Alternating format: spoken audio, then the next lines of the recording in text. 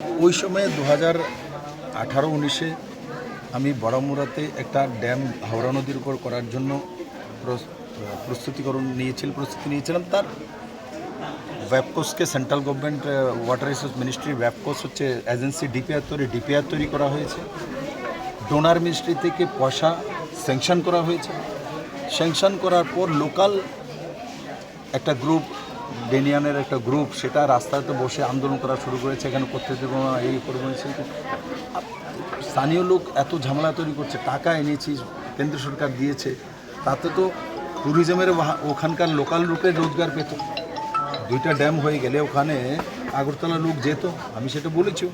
আর আগরতলা এবং পার্শ্ববর্তী এরিয়ার লোকেরা সবাই শুদ্ধ জলটা পেত।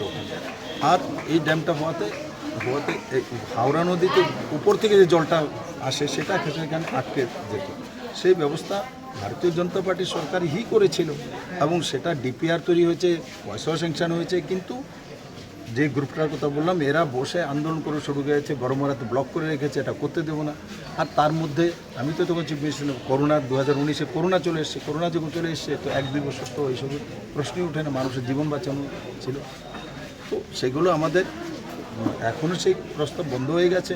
আমি কোথাও দেখেছি, কোথায় বলে জাইকা প্রজেক্ট না, ডোনার মিনিস্ট্রি থেকে আনা হয়েছে। তো কেউ লেখালেখি করতে সময় একটু পড়াশোনা করে লিখলে ভালো, কারণ আমরা একটু পড়াশোনা করে কাজকর্ম করি, আর কাজকর্ম যখন করি তো একটা খেয়াল থাকে। এটা